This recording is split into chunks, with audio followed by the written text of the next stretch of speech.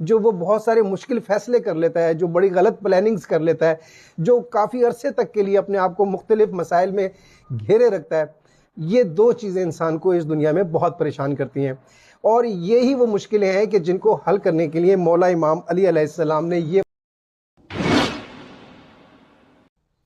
السلام علیکم۔ مولا متقیان مولا امام علی علیہ السلام نہج البلاغہ کی حکمت 424 میں فرماتے ہیں،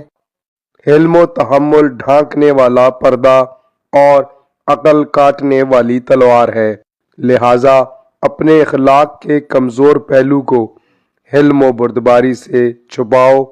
اور اپنی عقل سے خواہش نفسانی کا مقابلہ کرو۔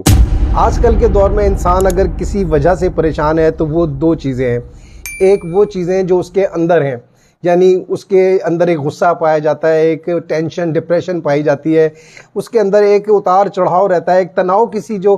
کیفیت رہتی ہے، ایک تو وہ اس کی وجہ سے پریشان رہتا ہے، اور ایک وہ جو اس کے باہر کے معاملات ہیں، یعنی وہ بہت ساری چیزیں دنیا کی حاصل کرنا چاہتا ہے لیکن نہیں کر پاتا ہے، جو اسے نہ چین لینے دیتی ہیں نہ چین سے سونے دیتی ہیں۔ وہ خواہشات اس کی ایسی ہوتی ہیں، وہ مسائل اس کے ایسے ہوتے ہیں کہ ان خواہشات کو حاصل کرنے کے لیے جو وہ بہت سارے مشکل فیصلے کر لیتا ہے، جو بڑی غلط پلاننگز کر لیتا ہے، جو کافی عرصے تک کے لیے اپنے آپ کو مختلف مسائل میں گھیرے رکھتا ہے، یہ دو چیزیں انسان کو اس دنیا میں بہت پریشان کرتی ہیں،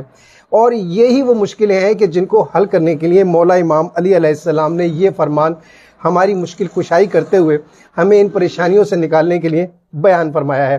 آپ علیہ السلام فرماتے ہیں کہ انسان کی جو تحمل اور بردباری کی جو ایک عادت ہے، وہ انسان کے اندر کے جو معاملات ہیں،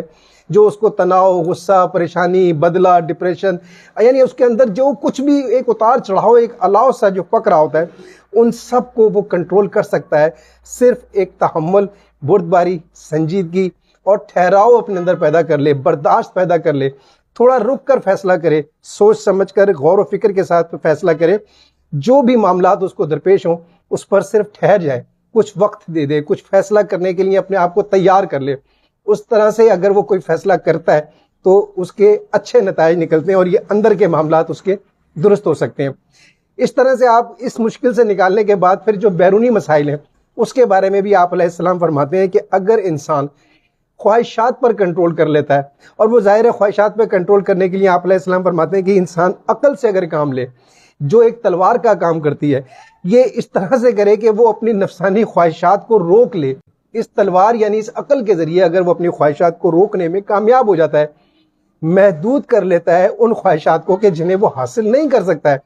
اس طرح سے اگر وہ کرتا ہے، اس عقل کا استعمال کرتا ہے، تو پھر وہ اس مشکل سے بچا رہے گا۔ بہت ساری پریشانیاں، غلط فیصلے وہ کرے گا ہی نہیں، اچھے فیصلے کرے گا، اطمینان اور سکون سے رہے گا، اور اس طرح سے مولا امام علی علیہ السلام ہماری زندگی سے ان دونوں مشکلات کو دور کرتے ہوئے ہماری مشکل کشائی کرتے ہیں۔